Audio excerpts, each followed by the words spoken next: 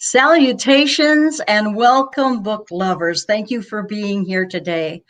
We'd like to thank Readers Magnet, their management and their staff for being able to give us this platform and bring these wonderful books and their authors to you today.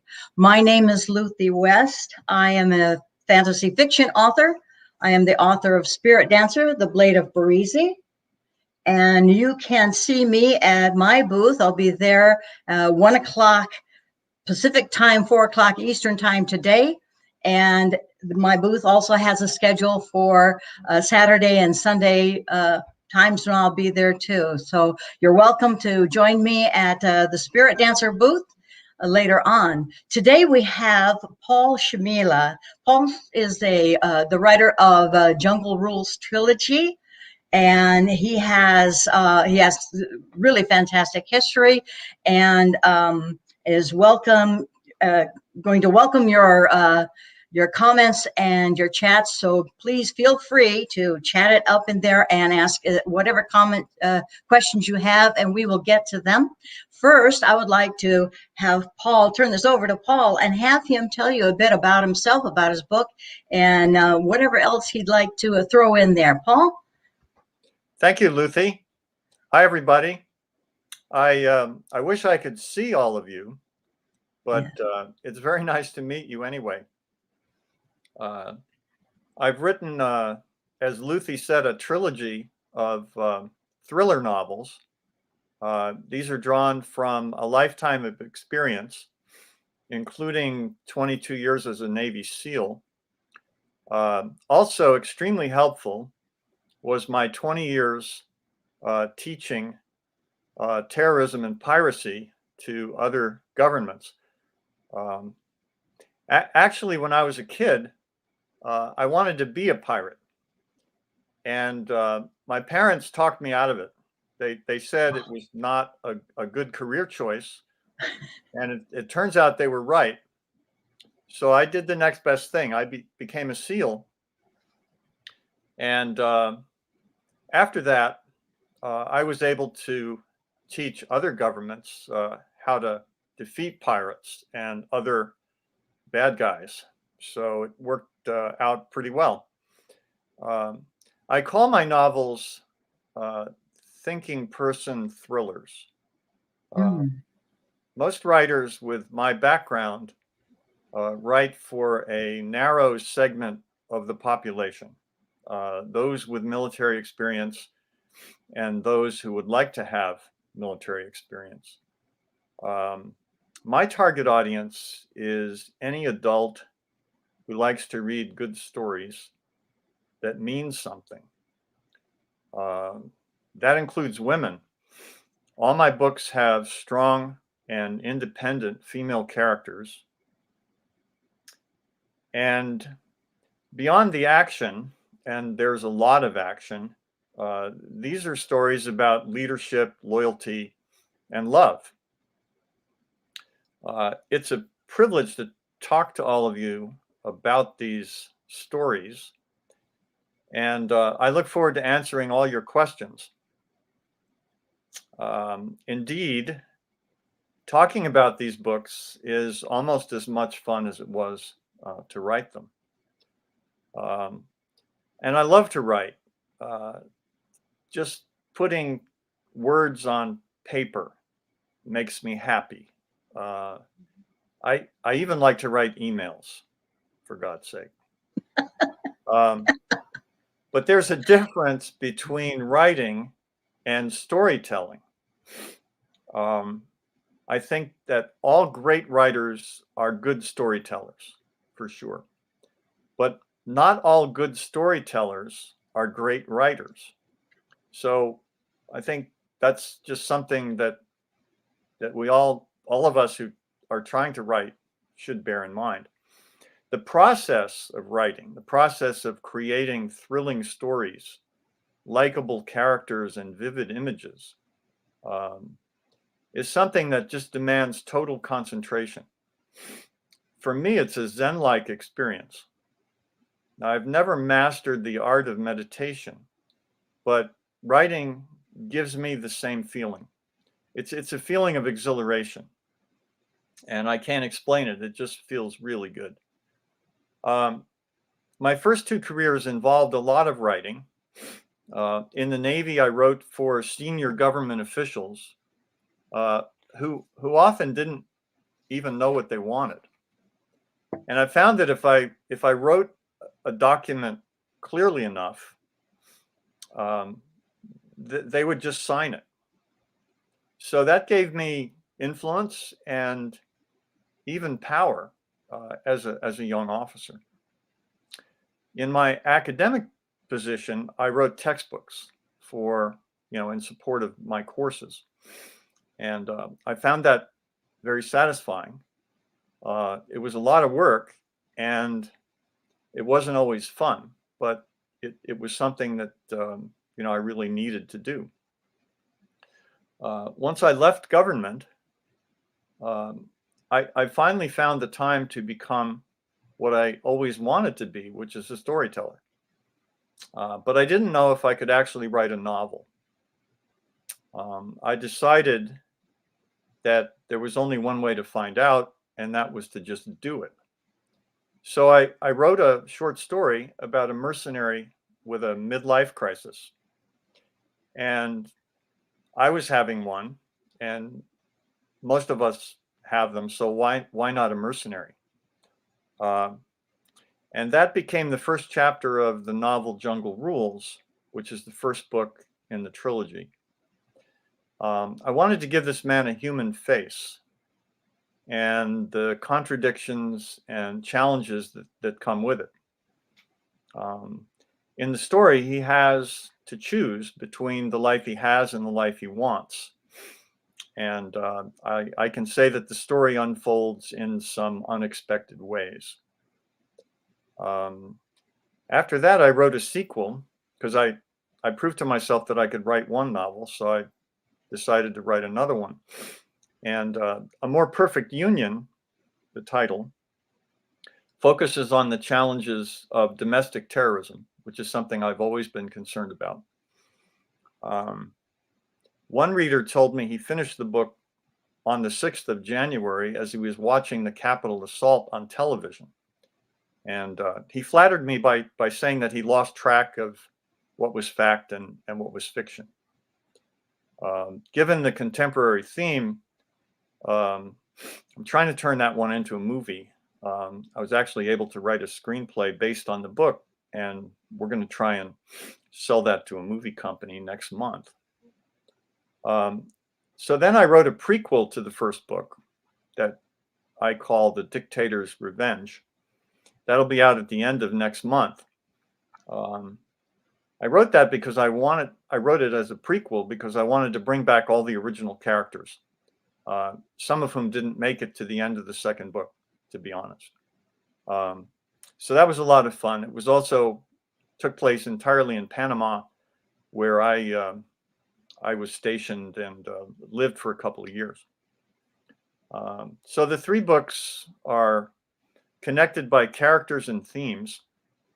They fit together seamlessly, and they can be read in any order.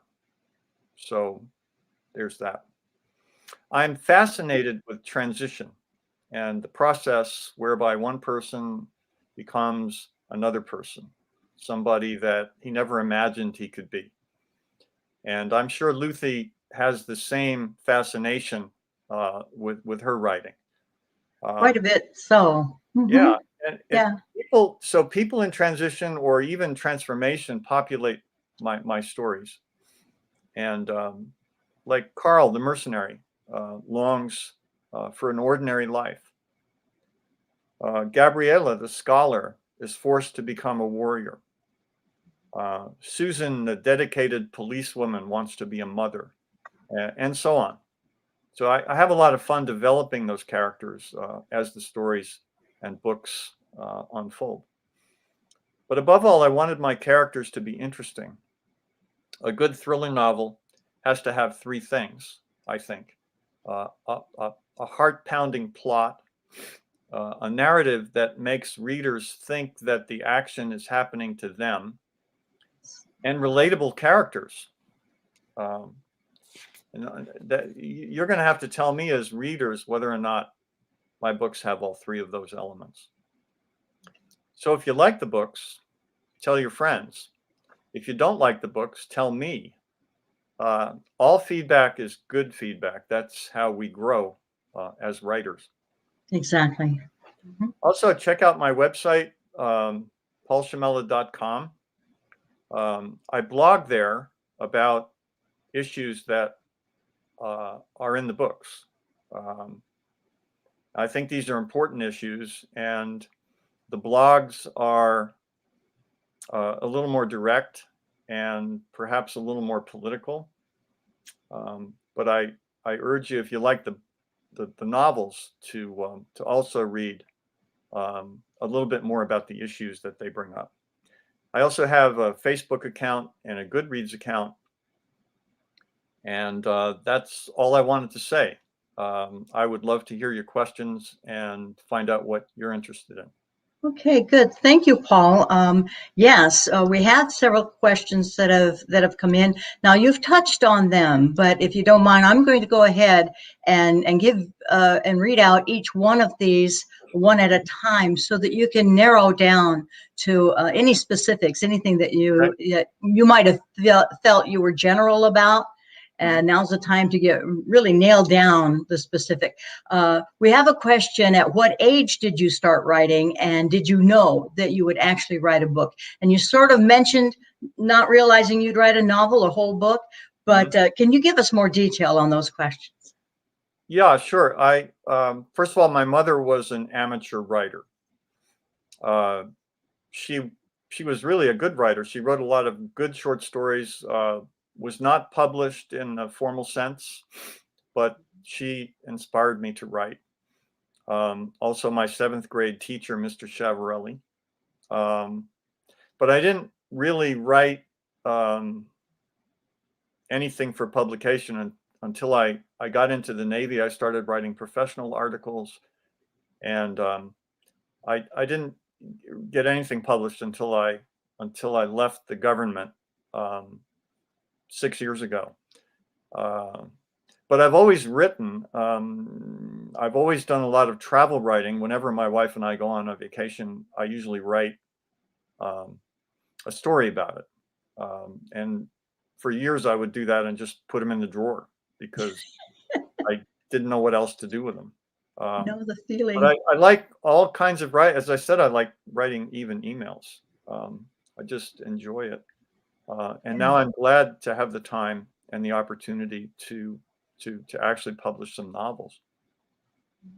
Would you touch a moment again on, you were saying that you wrote technical manuals, you wrote textbooks, and so why fiction? Because I wanted to tell stories. Also, I hate footnotes. I mean, I'm sorry, I have to agree with you. really a chore to back everything up. And in academic circles, you're not taken seriously unless you have a lot of footnotes. But no, fiction was a way of telling stories. I've always been better at writing than talking, and I've just enjoyed as I continue to write. I enjoy it even more, especially the interplay among the various characters, heroes and villains, and romance. Everything under the sun comes up when you try to put together a story, and you have to try and make it not too complicated. So it's just a very satisfying endeavor for me. Good. You actually mentioned characters, and that actually touches on the next question. John Carl Abines wants to know why female characters predominantly. Are your female characters predominant? Do you know more? Not really. I think that, well, certainly I have more male characters than female, but the female characters I do have are prominent. I see a question on who's the most important character in the trilogy. I would say Yeah. it's not Carl, the mercenary turned ordinary person. It's Gabriella. Um, and I don't want to say too much about her, except that she's my favorite character because she looks and sounds a lot like my wife. Um, but no, I think I really enjoy developing female characters in a way that I never thought I would. But I found that without female characters, and a lot of thriller novels don't have very many, then it just ceases to become a story. Mm. I think that the story depends on having men and women interacting with each other in various ways, whether they're shooting each other or making love to each other. Um, you can't really have a story without them. Stuff of life type of thing. Yeah. Another question is if you would share with us your technique in writing. Mm-hmm.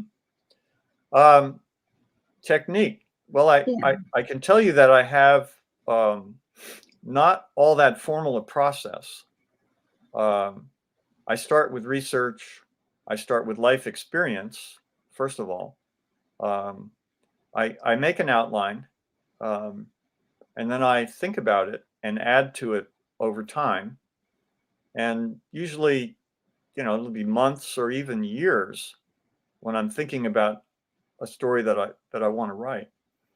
But then once I get the outline in my head, then I really don't need to refer to the paper anymore because it's in my head.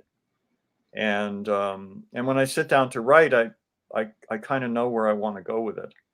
But I write in the morning, and then I think about the characters and the story for the rest of the day.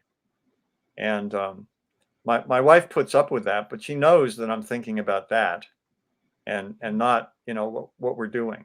Um, so it really is a consuming experience. I call writing a novel a long daydream, and that's Yeah. what makes Yeah. it fun. Good expression. It just makes it fun. I mean, Yes. it's something that I look forward to every day, and when I go to bed, sometimes I even dream about it. It's entertaining and yet, things in there to learn from. And what are some of the things that your reader might learn from your trilogy? Well, one of the things I want everyone to take away is that nothing is simple.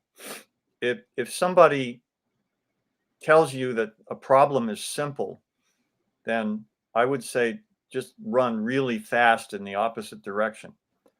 Um, in social science, we call these wicked problems, and believe it or not, that's a scientific term, and it means a problem that doesn't really have a solution.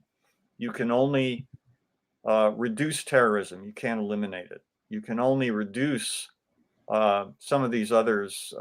You can manage the drug war, but you're never going to win it. That kind of thing.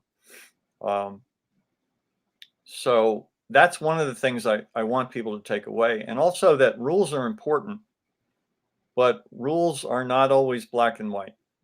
And that's why I called the novel and the trilogy the Jungle Rules trilogy, because when I was growing up, jungle rules meant no rules. It's not that, but the rules will occasionally need to be bent, especially in the jungle. And I have some action and dialogue that backs that up. Um, but I try to use fiction to teach without lecturing. Uh, Good. but I'm trying to teach things that I think are important, and I've gotten some good feedback about some of that. Good. Thank you.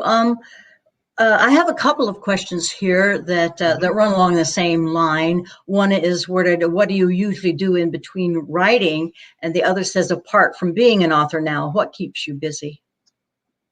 Well, I still teach occasionally, and I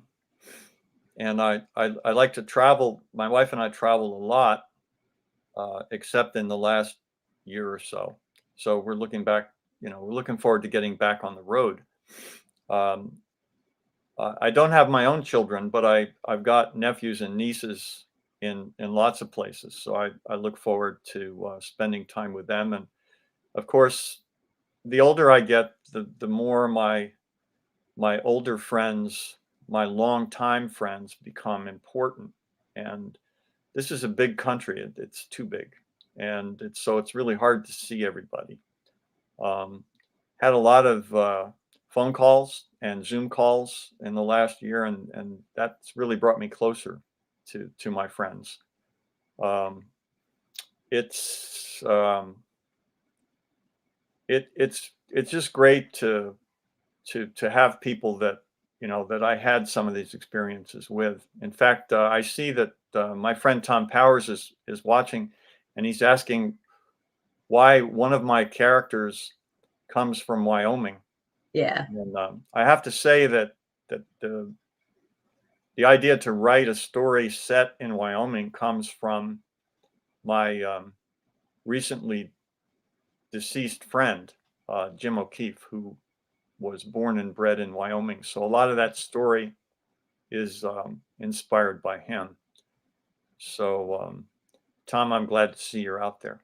Yeah. Tom also asked, how do you decide to have one of your characters live or die? Well, that's a good question. It almost makes you feel like God. I mean, if you really get into the role, and I'm sure you've had the same experience, Lucy, Yeah. you think to yourself, and this is like, when I'm taking a walk with my wife in the afternoon and she thinks I'm thinking about what she's saying, and I'm actually thinking about whether or not the priest is going to get killed. Oops. And sometimes it goes right down to the last minute because the story in its complexity eventually demands that somebody die. And sometimes it's a main character, sometimes it's a supporting character. But it's not a real, it's not a story that people would be interested in if everybody lives. So you have to decide, who to kill off and who Yep. survives. And Yep. part of the suspense, I think, of the reader, and this is especially true in the second book, is you don't know who's going to survive at the end. Everybody that you're rooting for could die.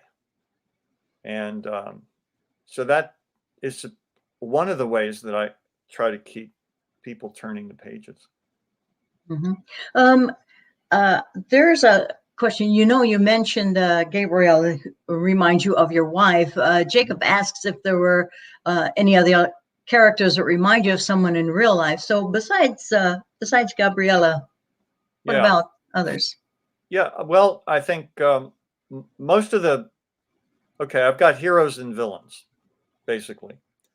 The heroes are based mostly on lots of people that I've known and worked with. We would call that composite characters. Right. The villains, not so much. I mean, I've been fortunate enough in my life not to know too many villains, but I've also known some bad people in Latin America, so I've got a pretty good feel for what they're going to look like. But I really enjoy inventing characters from scratch. So some of my characters, don't resemble anybody that I've worked with, and I'm pretty happy with that. As long as I've got some basis for calling them real, as long as they appear real. Okay. I hate to interrupt you, Paul, but we're down to about the last 6 minutes here. Wow. There are a couple other things that we want to talk about. One is, is this also in ebook form? Yes, all the books Yes. are in ebook. Okay. Thank Form. you. We have some questions that talk about if you plan to do a spin-off novel or anything outside of your or in addition to your trilogy. And would you be consider making a movie of your book if the opportunity made itself available? Yeah, the second book, hopefully, I was able to write a screenplay for that, and we're trying to sell it to a movie company next month, and I've got my fingers crossed on that one. If that sells, then I will take the first book and the third book and write a mini-series screenplay, probably 6 Okay. episodes. How about giving us a last comment, something that we can take with us, that the readers can take with them, and then we'll talk about. Then I'll have you give your directions to your booth so people can bring the rest of these questions to you because we're running out of time. Okay. So your give us a lasting impression. Okay. I would encourage everybody to write something. Doesn't matter what it is. Just use writing as I do, as therapy. Travel writing, short stories, blogs, really anything. Just putting words on paper should make everybody feel good. People sometimes ask me what's hard. What's the hardest part of writing a novel? And I say that it's remembering who said what to whom and when. And I know you wrestle with that too, Luther. You really have to be careful because plot holes are lurking everywhere. So you have to have a good memory or take really copious notes. The bigger challenge is marketing. I spent almost 50 years in government and I didn't learn anything about business. So marketing is tough for me and I would imagine for most of you. So tell us your booth. It's the festivalofstorytellers.com/booth/Jungle Rules Trilogy. Yeah. Will they find I there? think that's Okay. Use, right. All right, good. And that would be Jungle_Rules_Trilogy if they're looking for the link to get there. I guess. I don't know. Okay. Jungle Rules Trilogy is generally what they've been using to identify my work. I want to encourage all of you that oh, wait a second. 30 minutes before wrap up. Oh, I'm sorry. That's right. My brain keeps going back to an old time when we had when it was going to be from 10 o'clock to 11. We're only halfway. Thank you. Good. Thank you, Sarah. I mean, we should. I'm sitting here saying we got 3 minutes. Folks, we have more. Keep those questions coming. Let me scroll back and give them. Okay. No, that's good. Did I ask you the one about spin-off novels? Yeah, but I didn't answer the whole question. What I would like is to write. I can turn the trilogy into a series, but the series will probably only have 5 books. I read a lot of thriller fiction myself, and I think some of the thriller writers carry a series a little bit too far, and you get kind of tired of it. So, but I have 2 holes in the trilogy that I can fill with stories, and I've got those stories in my head. So that would be fun to do. I concur there. When I was young, I had a friend who had all the Nancy Drew mystery stories, and I started reading. She would read a book and she would hand it to me, and I would read them. And after about the 3rd or the 4th one, they became so predictable that I got bored. I really did. And that's we have to keep it fresh. Yeah. Paul, where do you get the inspiration for your books? Well, from life experience, and also from what I hear and what I read in the news. I mean, I'm I'm still teaching national security affairs, and so I'm very interested in threats and risks and how governments and tactical units deal with all that. Hmm. That's part of what I'm trying to teach in these books is how you take a strategic approach to solving a problem or just plain surviving it. Oh, Yeah. this brings me to a question that Jake has. He wants to know if you employ subverting of expectations in your story. You know what I mean? That you know, something's built up and then something surprisingly different happens. Oh yeah. Twists and turns are built into to all of the books, and I really like doing that.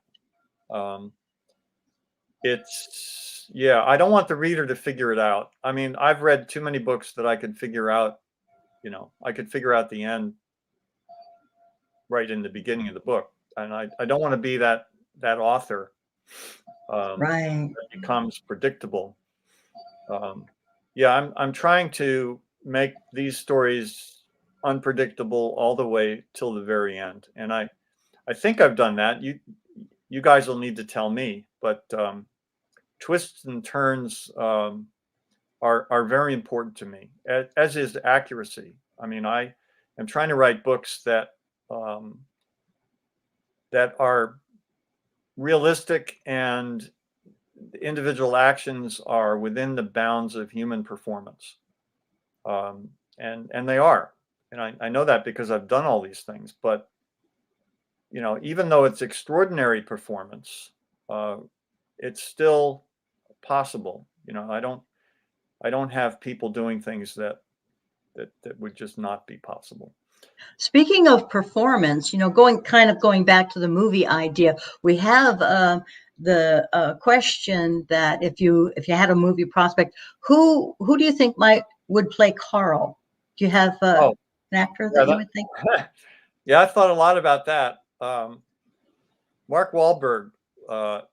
If anybody has Mark's number, let me know, because I wanted to send him the script, but obviously that's not the way it works. But yeah, he would be good for playing Carl. And for Gabriella, I I always thought that Charlize Theron would be the right actress, but she's probably unavailable too. But it is fun to speculate on what would happen. Yeah, yeah. Um, and let me see if we've got another. Oh, we have another question here that says, "Do you ever write a book that is set back at USNA?" That's the United States Naval Academy. Yeah. Okay. Uh, I certainly could, and all of us could. It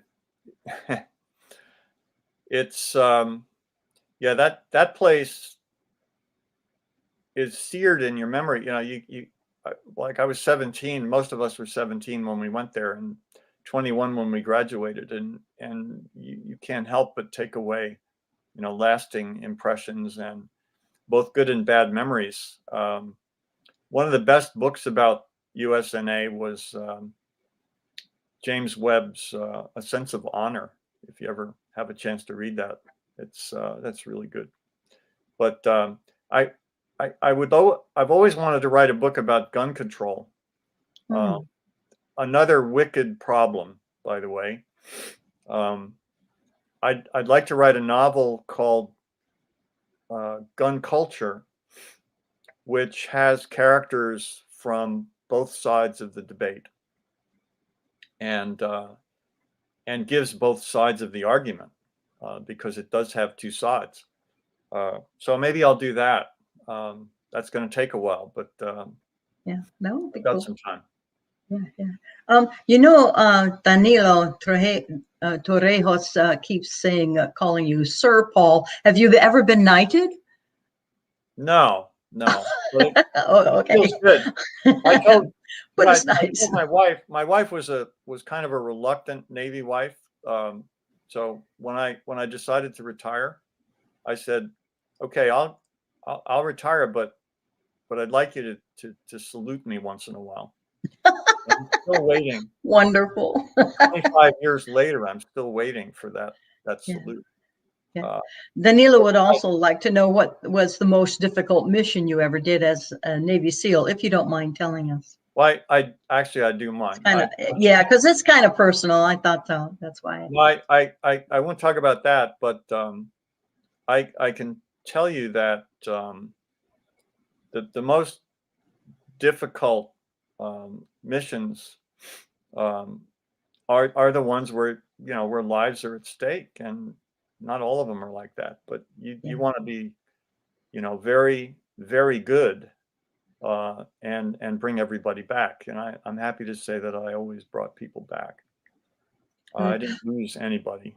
Yeah, Paul, I was at your booth while you were talking um, uh, before, and I know that you were talking about being a Navy SEAL and different things you have.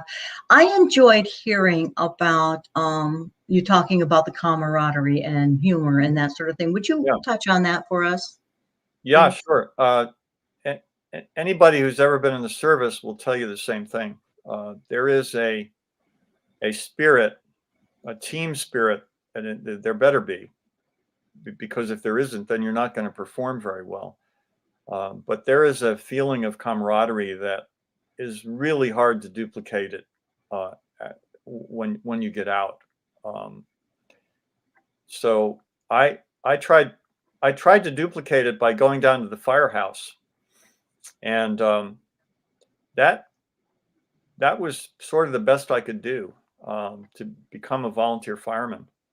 Um, but I had to stop that because I started traveling all over the world, um, and so I couldn't be a firefighter anymore. But I found that in my academic career, which I kind of blundered into, uh, I traveled a lot, teaching other governments how to handle these wicked problems, and I was able to recruit all the people I wanted to to be on the various teams that I sent out, and I would go with them as much as I wanted to. So I recruited exactly 16 people. And my wife used to kid me about it because 16 people is exactly the same size as a SEAL platoon. So I Hmm. basically, you know, um, became a SEAL platoon commander again, which is what we all want to be, those of us in the teams. So we developed this same kind of camaraderie, even though half the people in the platoon were civilians. So I I found that there's a way to get that camaraderie back, but you really got to look for it because it is pretty unique. Yeah. You know, when someone writes science fiction, or actually anything, a lot of times they do. Even I put a lot of research into my writing so that I have certain facts, or at least the vocabulary used in a certain towards a certain things, shipbuilding, pirate speak, and that kind Yeah. of stuff. And sci-fi writers must do the same thing with their facts and stuff. So a lot of the terms and tactics that you use in this and human relationships, Yeah. what is it that helps you make this realistic? Well, you know, I've fired the weapons and ridden on the helicopters and ships and boats, and Mhm. so that's not all that hard. What I have to do is try not to get too far into the weeds with technical detail and even tactical detail. I tried to keep the level of detail um, enough to attract military people and gun nerds. I I want those people to read the books and to Right. enjoy them, but I also don't want to turn off you know all the other readers. Yeah. I some of the best reviews I've had are from women, and which kind of surprised me. But that everybody likes a good story, um, and if the violence is not too graphic, and the language and the romance is not too graphic, then I find that there's a wide spectrum of readers that really respond. Good, good. Thank you. Thank you for answering that. That's helps us to get really clear. Jacob wants to know what's the shortest summary you can create for the story. I mean, if you could like sum it up Boy, really that's a quickly. real challenge. Well, they, I don't know if he ever said it, but Thomas Jefferson is quoted often as apologizing to somebody for writing him a long letter because he didn't have time to write him a short one. Uh, and that's kind of in the same category. I think to summarize the trilogy is too that's more difficult than an individual book. But and let me try this without giving away too much. The first book was about a mercenary who wanted to become an ordinary person, and whether he does that or not, will that'll have to wait for those of you who haven't read the book. The second book is really hard to talk about because I don't want to give away the first chapter. So let me just say that in the second book, the bad guys are Americans, and they operate out of Wyoming. And the character of Jerry, who's Carl's number 2 in the first book, is a native Wyomingan or Wyoming. He lives Yeah. in Wyoming. Wyomingian. So he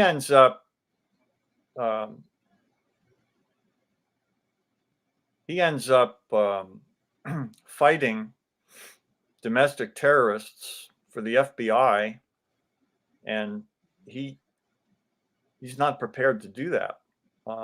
He has all these Navy SEAL skills, but he finds that domestic terrorists, law enforcement, which is what he's in, he's a confidential informant.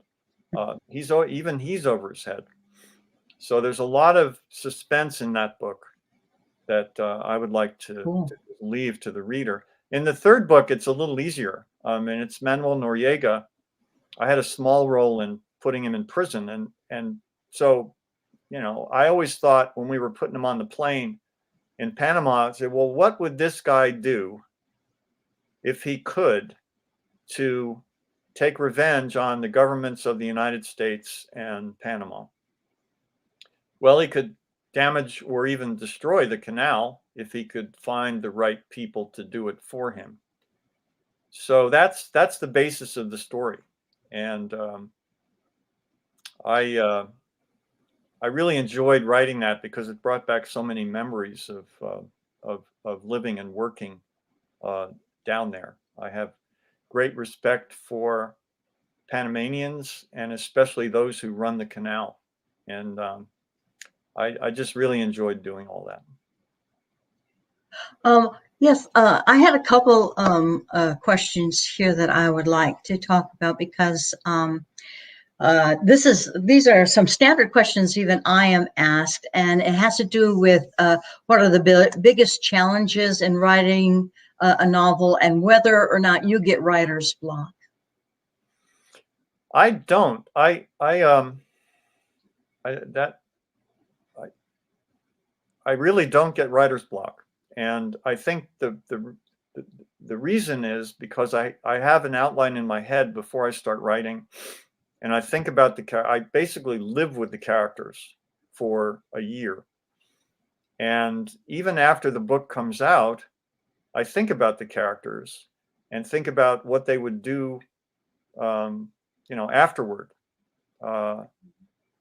They the heroes in my books inspire me to be better than I am.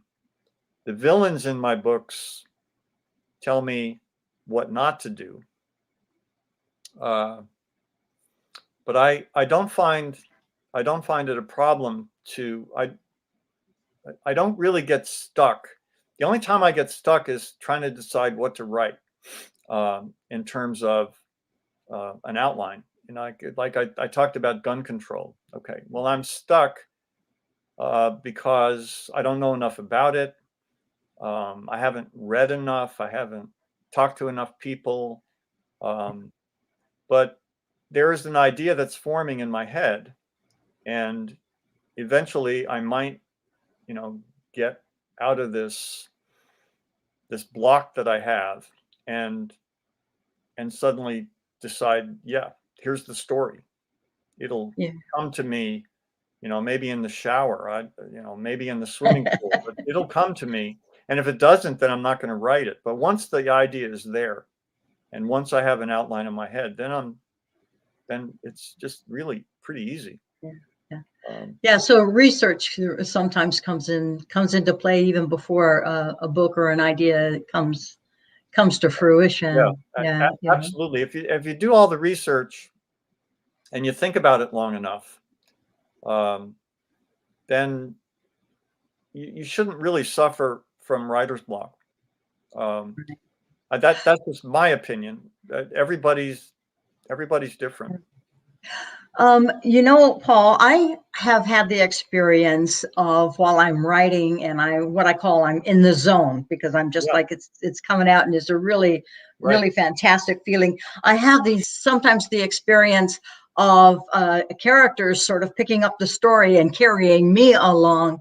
And occasionally they might say or do something that I really wasn't. I mean, I'm typing it, but I really Yeah, wasn't aware that they were going to yeah, say or do that. And that's right. later on, I realized that it fit right in. It was just perfect. Do you have that experience? I do. I really do. I'm glad to hear you say that because, you know, I thought maybe it was just me, but no, I get surprised by my characters all the time. I mean, Yeah, my stories are both character driven and plot driven. Sometimes the characters drive the plot, and sometimes the plot drives the characters. And when I get up in the morning, sometimes I'm not sure, you know, which is which. But it's just amazing how it just seems to work out. I mean, I've got, you know, I do it. I write a few pages at a time, but I'm thinking chapters at a time, and so I'm trying to always anticipate, you know, what the actions that are taking place today uh, are going to do to the actions, or how they're going to shape the yeah, actions that I'm going to write about later. And then when you do the first draft, of course, the first thing you do is rewrite it, and then maybe rewrite it again. And as you reread it, you find, you know, where the connections need to be strengthened or where the plot holes may lie, and then you decide that, you know, you want to change something here or something there, but it's I, I don't usually need to go back and rewrite whole chapters. I yeah. just go back and rewrite scenes and make them, you know, more believable, um, you know, more interesting, funny, or deadly serious. I mean, it just depends on Right. what's happening. Um, uh, Michael asked, which scene has stuck with you the most? Something like I guess, kind of a question like what your favorite scene might be. Something that you've Yeah. written that stuck Um, with you.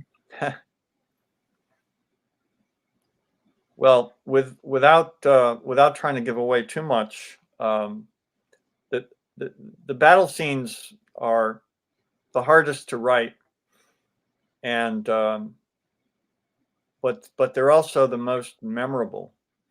Um, so I think that you know the the end of all the books, the final scenes of all the books are my favorite, because everything that you've written up to that point is culminating in an action or series of actions that takes the characters to their absolute limits. So rather than identify a single scene, I guess I could say that my favorite, generically speaking, my favorite scenes are those where people act heroically. That's wonderful. And then that's a reflection of my own life and the lives of probably everybody in here. When you see heroism, when you even hear about it, it makes you emotional, Uplifting. and that's really what I'm trying to do, is make people emotional. I've had people say that a certain scene brought them to tears, and I was really glad to hear that, because that's exactly what I was trying to do. Wonderful, wonderful. That's very uplifting too. Sometimes Yeah. and there is and now we're down to the last 10 minutes here. um, Yeah. and I hope that I didn't end up chasing any of our listeners and viewers away when I had a premature ending to our chat with you today, Paul. We have a question about, let's going back to your gun control idea. I noticed, what you've written so far have got pretty much contemporary settings. Would you consider perhaps putting that into the theme of an old Western type of, bring the concept back in time, or what kind of setting would you choose for it?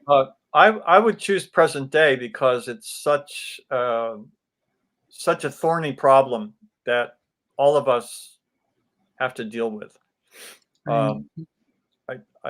So I would, the Jungle Rules trilogy is set in the 90s, but I would set the gun culture in 2021. But in order to talk about gun control, you'd have to go back to the Old West, for instance. One reason is because gun control in the Old West was not as much of a problem as it is now. Yeah, you either had a gun or you didn't, right? Well, yeah, right. But there were towns where you weren't allowed to carry guns. I mean, Right. there was a lot more local control, and a completely different interpretation of the Second Amendment. I mean, it's a very complex issue. When I said that I wanted to, tell people that nothing is simple, there's nothing more complicated than the gun control issue. In fact, the very name gun control is not even the right one. But I mean, that's sort of the ultimate challenge for me as a novelist, would be to try to put that into a story. And actually, what I do is have one person start out on one side and another prominent person start out on the other side, and then they would both switch their positions, because that can be done, because there's so many arguments on each side. Right. So yeah, that's something for me to think about. Mull it over. It sounds like it could be something. Yeah. But I mean, it's just fun to think about. I like to daydream, and like I said, that's where the ideas come. I get my best ideas in the pool or in the gym. Honestly, it's been that way all through my life. Can we talk about age level just a moment? We have a question about, would you recommend the book to a younger reader? About how young a reader would you think? Yeah. Well, the sex is not graphic. The language, there's some foul language, but not as much as you might think. I toned all of that down. The violence is, I mean, there's a lot of it, but the violence, the scenes of violence are not the main point. I don't dwell on it page after page and describe, you know, how people are suffering and bleeding. And I mean, that's all left. A lot of that is left to the imagination. I would say a teenager could read these books and get quite a bit out of them. I wouldn't recommend them for children, but you know, young adults, I think would be part of the audience. I haven't had any feedback from, you know, anyone younger than say 25, but you know, there's nothing in these books that would offend them. There's nothing that would really offend anybody except, you know, drug traffickers, terrorists, and you know, those kind of people. Yeah. I actually have the same sort of feeling when it comes to Spirit Dancer, though.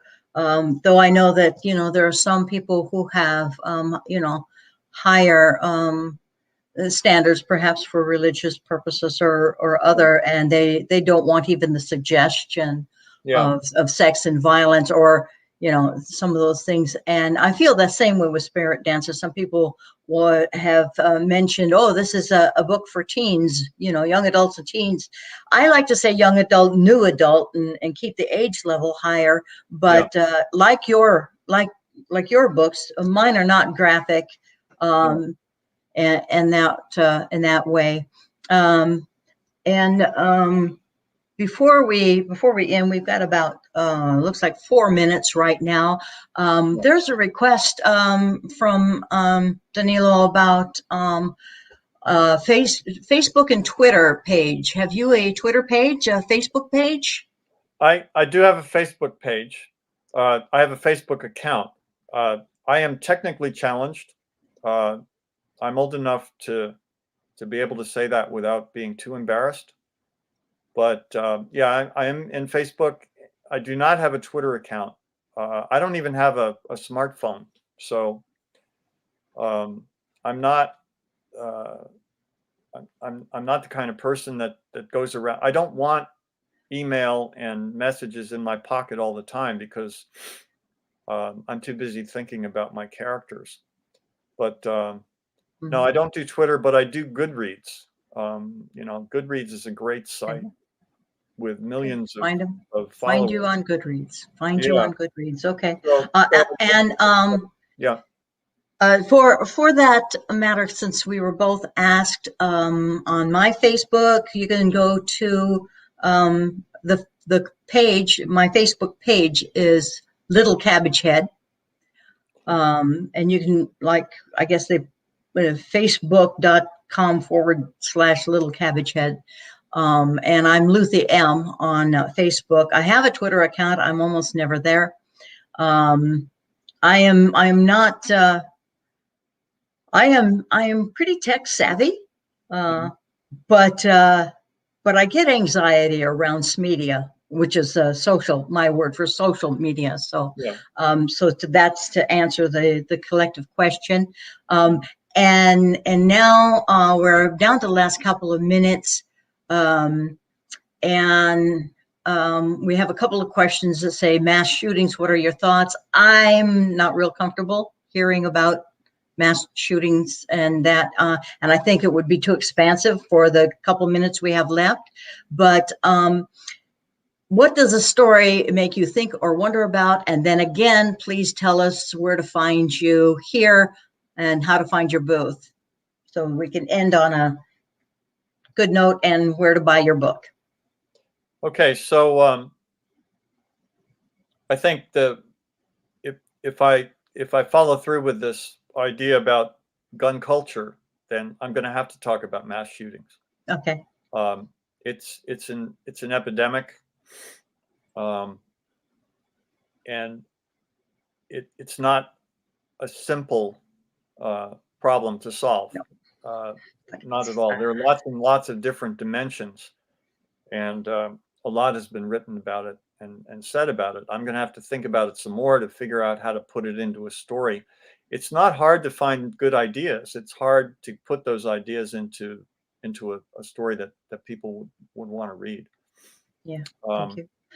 Yeah, I have a The reason I was a little hesitant is, I have a little connection with something Yeah, similar to well, that. So, everybody does now. but yeah, but I meant, personal. Yeah. But anyway, so what does this story make you think or wonder about? And then how can people get a hold of your books and how do they find you?